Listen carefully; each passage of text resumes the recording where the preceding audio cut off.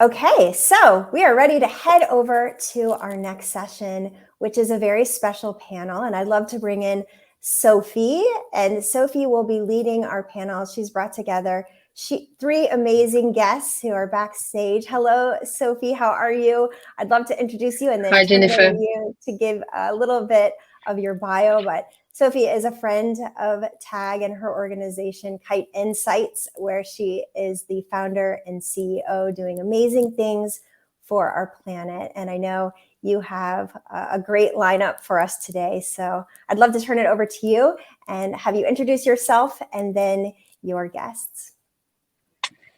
Wonderful. Thank you, Jennifer. Maybe I can invite my guests to join me on the show. If you want to turn your camera on. Hello, everyone. Can't wait to pronounce your name, having done a practice phonetically. So I just want to, first of all, thank you everyone that is joining us today to join this session on youth activism and climate education. As Jennifer said, I'm Sophie Lambin. I'm the CEO and founder of Kite Insights. We are a research, learning, and capacity building organization, and we're working at the nexus of human and planetary issues. I'm also the founder of the Climate School, very, very appropriately so for this session, which really focus on providing employees in companies, in any job, in any company, with the knowledge, the heart, the motivation, the knowledge, the head, the motivation, the heart, and the tools, the hands to act on climate in their work. And I really like what Hélène was just talking about just now, about really mobilizing people's hearts and minds being such an important part of creating the right condition for action. So today we're really going to be talking about climate education, particularly focused on youth. How do we create the right condition for them to acquire the knowledge they need, but also acknowledge and support them in handling their eco-anxiety, actually our collective eco-anxiety. How do we create also the condition for learning so that they can act and really find the space within which they can find solace in action? What type of education is needed, and what is the role of school in preparing young people for the green transformation? So to have discuss that ambitious agenda, I have three amazing speakers. Matthew Huruk, Director of Global Education at earthday.org. Hi, Matthew. I have Christina Klock, Research Director of Unbounded Associates and Head of Climate Education at the Education Commission. Hi, Christina. Hi, everybody. And then Johnny Dabrowski, youth activist and co-founders of the climate education team of Fridays for the Future.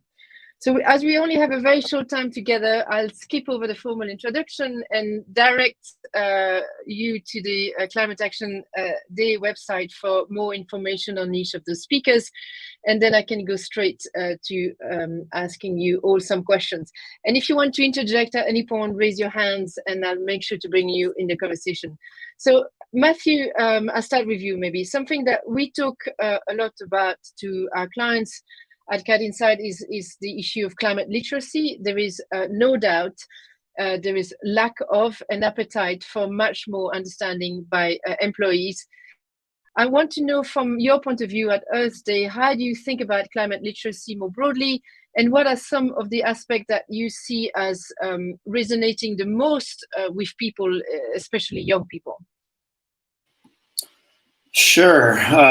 So at earthday.org, we've had this kind of climate and environmental literacy campaign that's been running since 2020. And the goal is to get climate change education or education for climate action or whatever terminology we use for it onto the agendas for governments around the world to ensure that all learners everywhere have access to high quality climate change education. And so we've kind of sat historically on two pillars. One is this idea of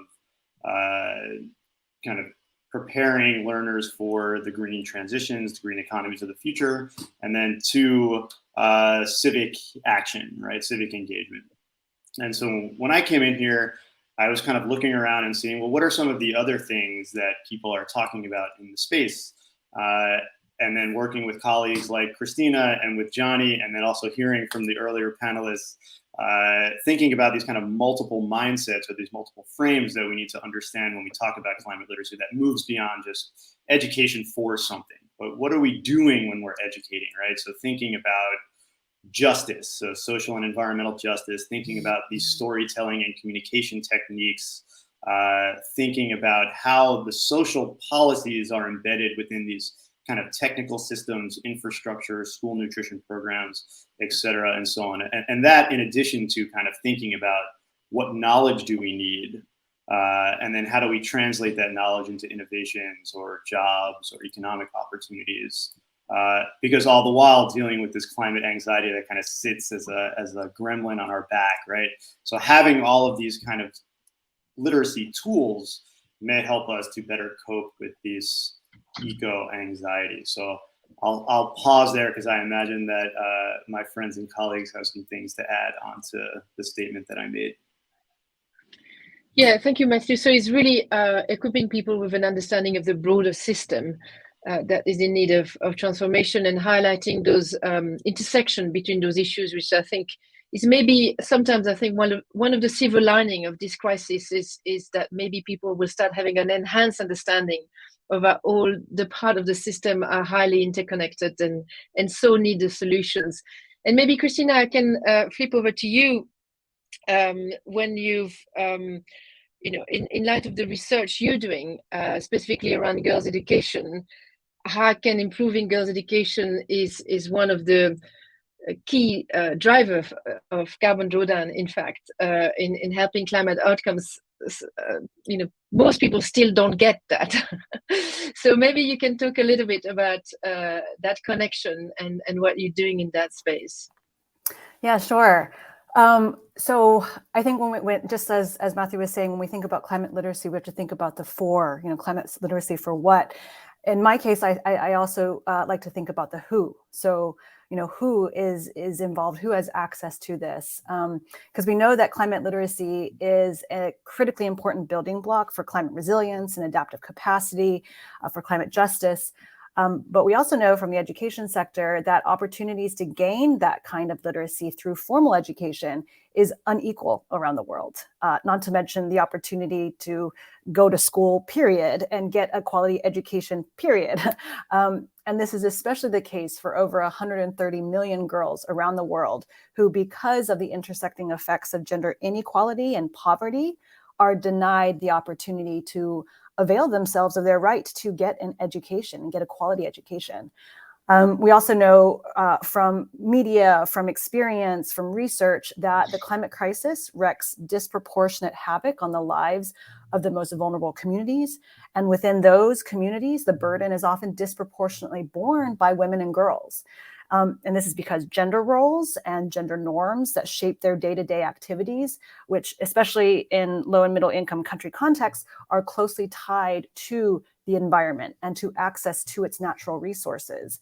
And so with gender roles placing girls and women at greater risk of exposure to climate hazards, greater risk of experiencing the environmental and social impacts of climate change, if we're not thinking about these issues as we're also thinking about climate literacy and climate education for all, then we're going to hamstring our ability to be able to build climate resilience and adaptive capacity for everyone.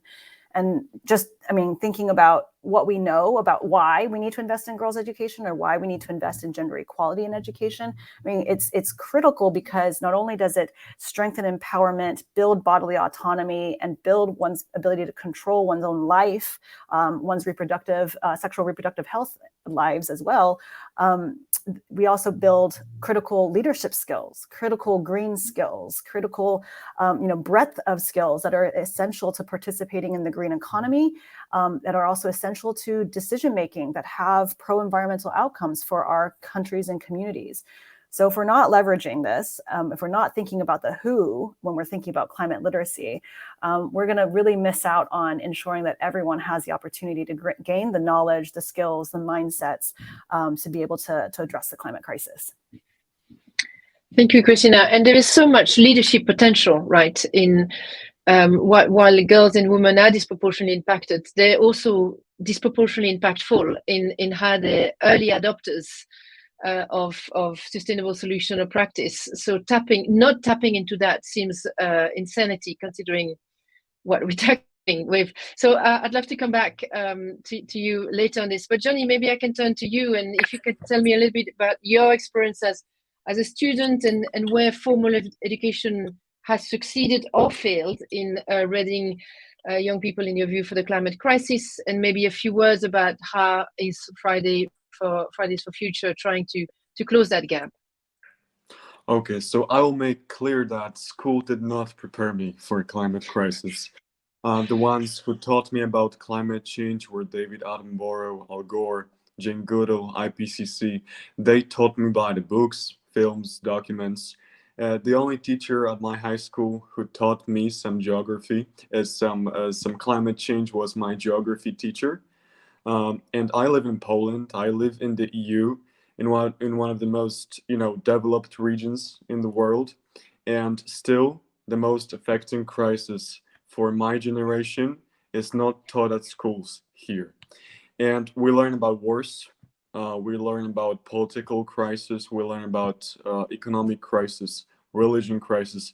This is important, but we as a generation which is about to face the climate crisis and solve it, we need to be prepared for that. You can't just send us to a battlefield without a weapon and we will fail. This is as that simple. And I don't believe that teachers don't want us, they don't want to teach us about climate. I don't also think that the ministers of education try to stop climate education from schools. Maybe in some countries, but not in all countries. And in my opinion, we just underestimate the role of education, awareness, and the right to information in context of solutions for climate change. Even my fellow activists sometimes ask me, why the heck we need climate education, man? We need to close, coal mines. We need to stop oil. And my answer is that that's true. We need to prioritize renewables. But tell me, why are you activists? Why? Because you are inspired to do it. Because the information about the catastrophic situation of our planet is the information you were given by someone, by your parent, by environmentalists, by scientists, by PCC. You read about it, you watched some movie, you were educated about it. And it motivates you to change the world. And I agree, as Nelson Mandela said, that the most powerful weapon to change the world is education. And I think that's certainly a very powerful weapon to reverse the course of climate change. A solution is climate education. And as a closing remark, I would like to announce that at COP27, because I'm also a member of earthday.org, and at COP27, at Earth Day Climate Education Hub, more than 100 youth organizations and individuals will establish Climate Education Coalition, a global coalition which will strengthen collaborative action towards climate education in a lot of countries. And if any of you watching wants to join, I invite you to earthday.org social media, and there you can apply. So see you at COP27. Great, Johnny, thank you. And see you at COP27, because I'll also be there talking about climate education. So it seems to me from what you were saying that maybe one of the problem is actually how educated are the politicians that make those decisions about education, right? Same for business leaders. I think the youth is in fact much more educated than the people that are in position to make the decisions. And I think that's part of the problem.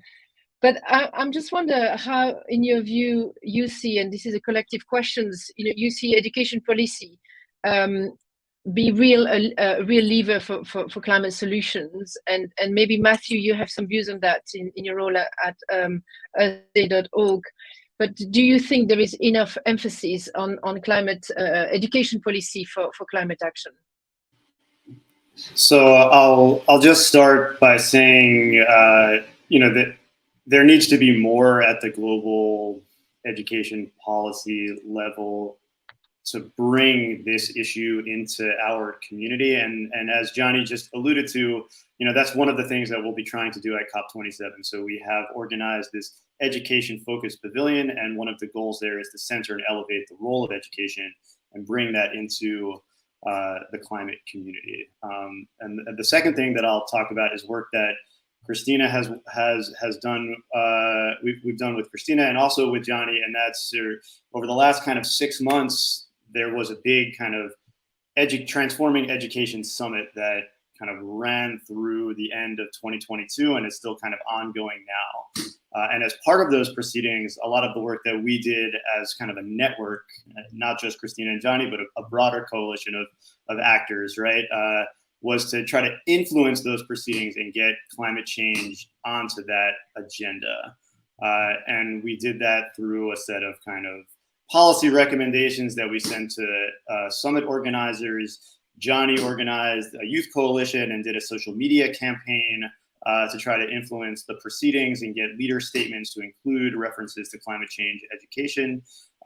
And while we didn't get all of the things that we want, I think we can be pretty pleased with kind of how that agenda moved from the beginning of the summit documents to where we are now. So there were 5 thematic action tracks, and in the beginning of those kind of preliminary documents, there's very little mention of climate change beyond the Education for Sustainable Development action track. But we got a whole paragraph into action track 5, which was education finance, that talked about the need for kind of leveraging climate finance in the education space. In the outcome documents, there was a youth declaration that included a call for climate change education. In addition, UNESCO launched its Greening Education Partnership as one of the action items out of the summit. I saw Christina's hand go up, so I'll stop there. I've said too much already. No, this is good. We want discussion. Christina. Thanks. So I heard a pause and I was like, I'll put up my hand next. But I just want to build off of what Matthew is saying, because, just like, and also going back to what Johnny said, we don't have time for people to accidentally come across documentaries and news stories and influential figures to come to the climate crisis and open our minds about the climate crisis. Like, we need intentional, transformative education. And that's where an important role for policy exists. And we have a long way to go when it comes to ensuring that our policies are setting us up for the kind of success that we want to see when it comes to addressing the climate crisis. In a couple of days, Education International will be publishing an update of an analysis of nationally determined contributions.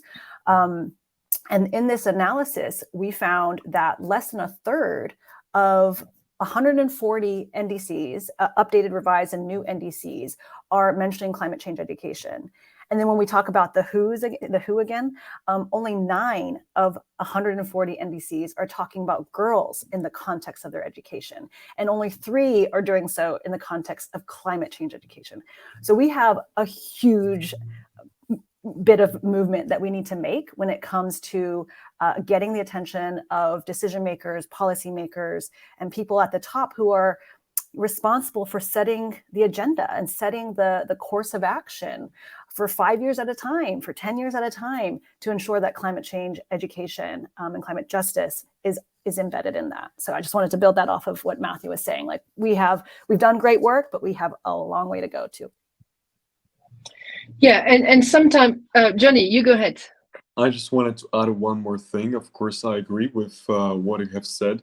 I also think from the perspective of youth that since last COP, a lot has changed for climate education. I think politicians are getting to be more open towards the subject. I think also because of the actions of the guests on this panel. And I think that what is really possible to do is just for the youth advocates to meet with the Ministry of Education in a particular country. I have done it myself with my fellow activists here in Poland. We have convinced our minister, which is a conservative party minister, to introduce climate education to Poland, at Polish schools, and we're already doing it. And I think that this is a subject which was forgotten. It's not as hard as closing a coal mine for a government. So I think that governments are getting more open to it, and it's good that they are. And that I think it's not that hard thing to do as it seems, to reach out to your ministry, meet with them. Sure, there will be some obstacles, but I think it's a really worth thing to do. Thank you, Johnny. And you find that hard to believe, but we already had time. Clearly, this is a conversation that needs more time, and it looks like we're going to have plenty more of it in person and virtually at the COP. But basically, it seems to me that we need to embed climate not in the geography lessons only, but across the whole curriculum. We probably also need to upskill the teachers that are embedding climate in religion, in math, in science, and in geography. And Christina, to your point, we need to recognize how existing cultural norm can dramatically negatively impact girls, and yet girls can be and women can be huge accelerator of climate action in a way that is inclusive. So let's not miss that opportunity. And then finally, I think the potential to really embed this into the policy text as you enabling Matthew seems really hopeful progress. So I just really want to thank you all for your so short but mighty contribution to this panel, and I look forward to continuing the conversation offline and in person. Thank you very much.